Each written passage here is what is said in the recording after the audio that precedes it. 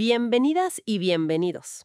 Hoy vamos a, sumergirnos en un aspecto fascinante y a veces un poco olvidado de la Atenas clásica, la vida de las mujeres.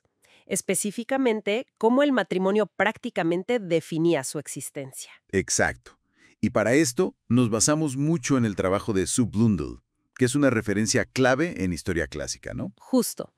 Nuestra idea es ir más allá de los mitos, de la imagen quizá idealizada, y tratar de entender su realidad más, cotidiana. Ujú.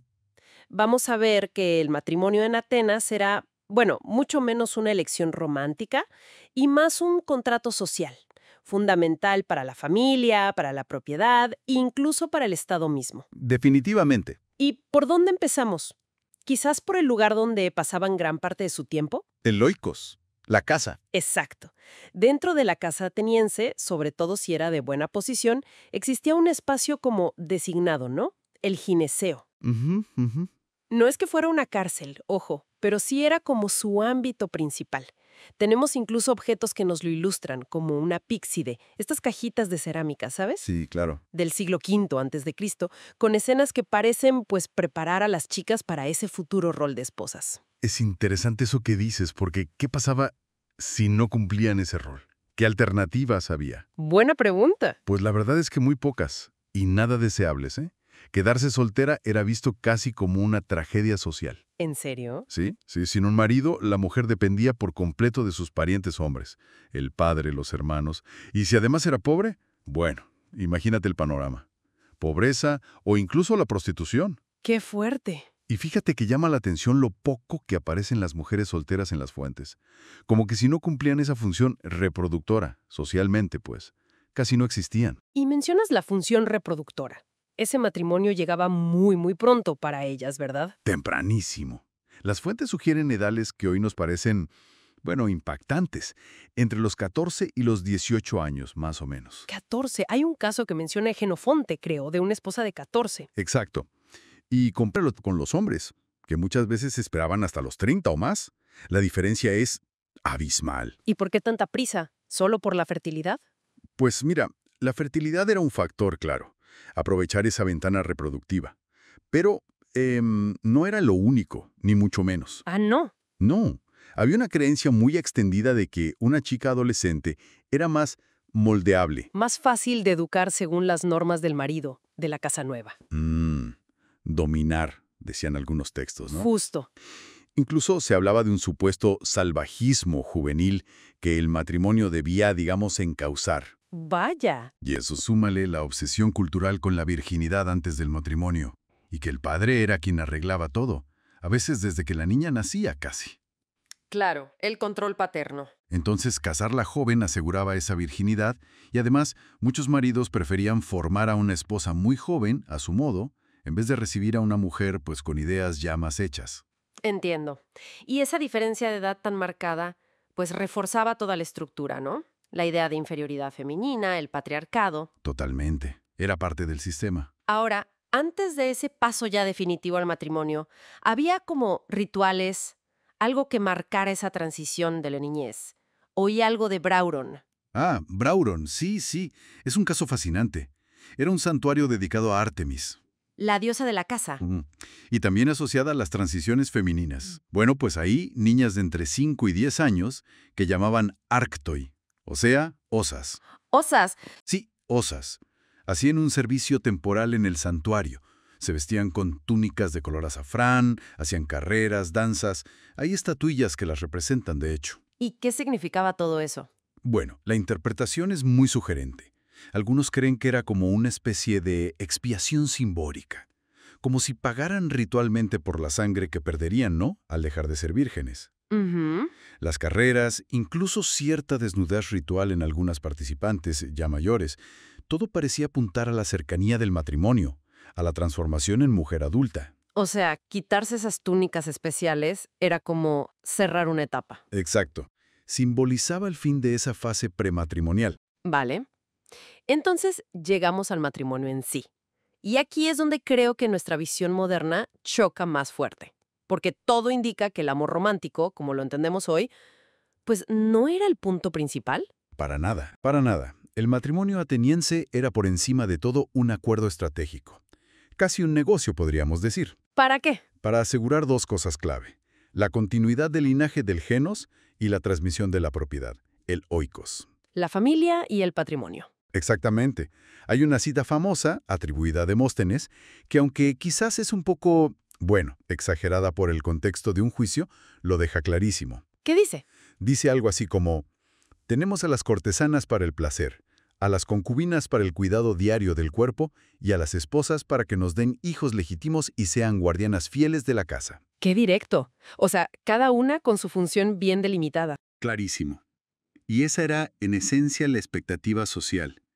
Lo ves reflejado en el arte, en las vasijas con escenas cotidianas, en las estelas funerarias que muestran a la pareja junta, simbolizando ese vínculo duradero. Sí, pero basado en esa función, no necesariamente en el afecto romántico. ¿Y la mujer en todo esto? ¿Tenía algo que decir? ¿Podía elegir a su esposo? Legalmente, casi nada. La decisión era del Quirios, su tutor legal, que normalmente era el padre. ¿Ni una opinión? A ver, hay alguna anécdota como un caso que menciona Iseo, donde parece que se le pudo consultar. Pero la decisión final, la autoridad, no era suya, era un acuerdo entre hombres. La novia era, pues, el objeto de ese pacto. Entiendo. Incluso si una mujer se divorciaba o enviudaba, como cuenta un tal Menecio, ella no elegía a su siguiente marido. Eso lo volvía a decidir su Quirios. Fluía muchísimo en con quién se casaban, ¿no? Para que no se dispersara el patrimonio. Totalmente. Era una preocupación central. Por eso eran súper comunes los matrimonios entre parientes. Entre parientes. Sí, sí. Primos hermanos, tíos con sobrinas, a veces incluso medio hermanos por parte de padre. Todo para mantener la propiedad dentro del círculo familiar. Querían evitar a toda costa que el oiko se fragmentara o pasara a otras familias. Vaya endogamia. Muchísima. Si no había un pariente adecuado, bueno, quizás se buscaba un amigo muy cercano del padre, alguien de confianza. Y si ya el enlace era con alguien de fuera de la familia, pues la situación económica de ambas partes era crucial en la negociación. ¿Y cómo se cerraba el trato, digamos? ¿Cómo se formalizaba ese acuerdo? A través de un acto llamado engelle. Podríamos traducirlo como compromiso o promesa solemne. ¿Era un documento? No, era un contrato verbal, privado, entre el tutor de la novia y el novio, o el tutor del novio. Pero lo absolutamente clave era que hubiera testigos. ¿Por qué? Porque de la validez de ese engage dependía que los hijos que nacieran de esa unión fueran considerados legítimos y por tanto ciudadanos atenienses. Oh, claro. La legitimidad. Exacto. Y este pacto normalmente se sellaba con la entrega o al menos la promesa de la dote, la proxé. La dote. Que no era como comprar a la novia, ¿verdad? No, no exactamente. Era la contribución económica que la familia de la novia hacía al nuevo hogar. Si por alguna razón la dote se devolvía antes de que empezaran a vivir juntos, el engage se podía romper. Vale.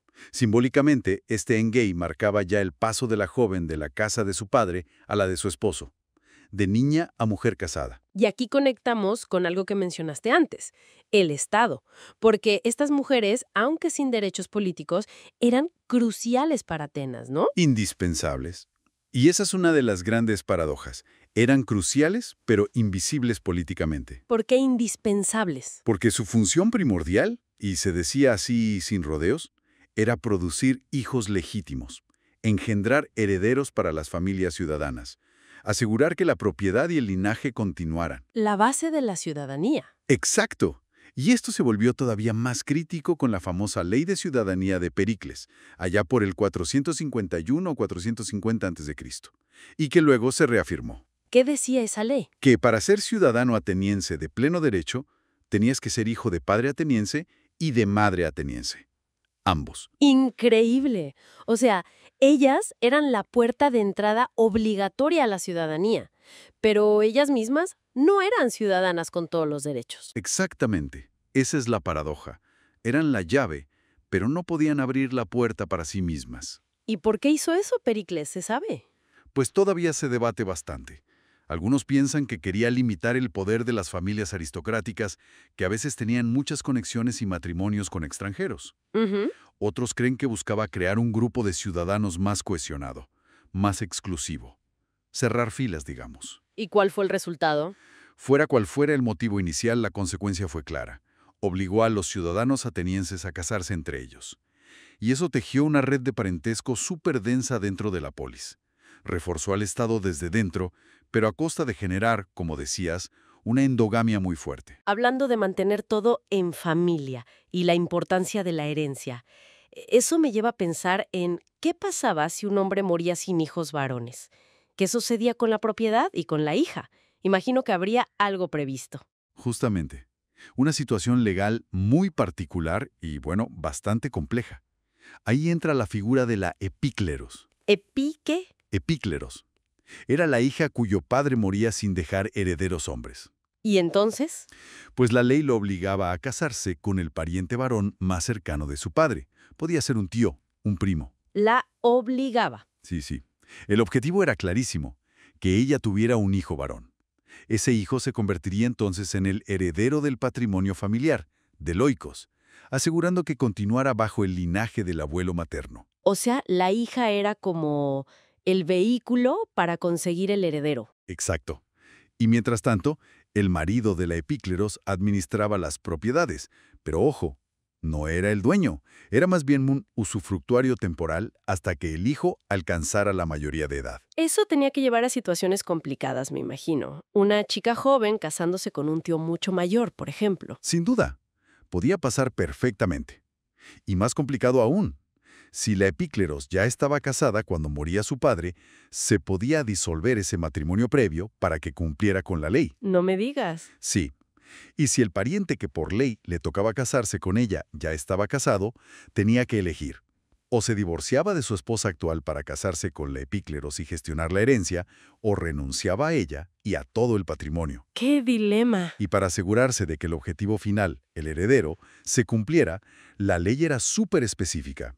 Exigía al marido tener relaciones sexuales con su esposa epícleros al menos 3 veces al mes. 3 veces al mes por ley. Por ley. Y si no cumplía, ella, o mejor dicho su familia, podía reclamar al siguiente pariente más cercano, en la línea sucesoria, para que él asumiera el deber. ¡Increíble! Hay una estela funeraria muy bonita, del siglo IV a.C., que muestra a una joven como eligiendo joyas. Algunos piensan que podría representar justo a una epícleros, o quizás a una novia cualquiera, ante ese destino un poco impuesto. Pasemos ahora a la boda en sí, a la ceremonia. Aunque fuera un evento social importante, me imagino que para la novia debía ser un momento de ruptura muy fuerte. Dejar su casa, su familia. Sí, debía serlo. Hay una cita de un personaje mítico, Procris, que me impactó. Dice algo como: nos expulsan y nos venden, lejos de los dioses paternos. Y tras una sola noche bajo el yugo, hay que alabarlo y considerarlo bueno. Suena a resignación pura. Sí, es una cita potente que refleja esa posible sensación de desarraigo, de destino inevitable. La experiencia personal es difícil de saber, claro, pero el ritual en sí marcaba una transición muy profunda. ¿Cómo era ese ritual? ¿Tenemos descripciones? No tenemos una única descripción completa, digamos, un manual de bodas ateniense. Pero combinando distintas fuentes, textos, imágenes en cerámica, podemos reconstruir más o menos las fases principales. A ver. Primero, estaban los preparativos. Solía incluir un sacrificio que ofrecía el padre de la novia. Y muy importante, un baño ritual para ella. ¿Un baño especial? Sí, para purificarla. A veces incluso se usaba agua traída de una fuente sagrada en un jarrón específico, el lutróforos. ¿Lutróforos? Lutróforos. Y lo curioso es que esta misma vasija se usaba también en los funerales de las personas que morían solteras, como un símbolo de esa vida que no se había completado a través del matrimonio. ¡Qué detalle! Vale. ¿Y después del baño? Luego venía el convite y la procesión. Había un banquete en casa del padre de la novia, y al caer la noche llegaba el momento cumbre, la procesión hacia la casa del novio. ¿Cómo era? La novia iba velada, cubierta. La subían a un carro nupcial generalmente acompañada por el novio a un lado y un amigo cercano de él, el paraninfos, al otro. ¿Y los demás? Amigos y familiares lo seguían a pie, llevando antorchas y cantando himnos especiales de boda, los himenaios. Debía ser bastante. Ruidoso y vistoso. Me imagino. Y al llegar a la nueva casa. Ahí venía la llegada al nuevo hogar. La madre del novio solía recibir a la novia también con antorchas, La introducían simbólicamente en la casa, acercándola a la lumbre, al fuego del hogar, que era el centro de la vida doméstica. Gestos simbólicos. Muchos. Le ofrecían dulces, higos, nueces, todos símbolos de fertilidad. A veces, un niño pequeño cantaba una fórmula como para ahuyentar los malos espíritus o la mala suerte. ¿Y después? ¿El final del ritual? Finalmente, la cámara nupcial. El clímax.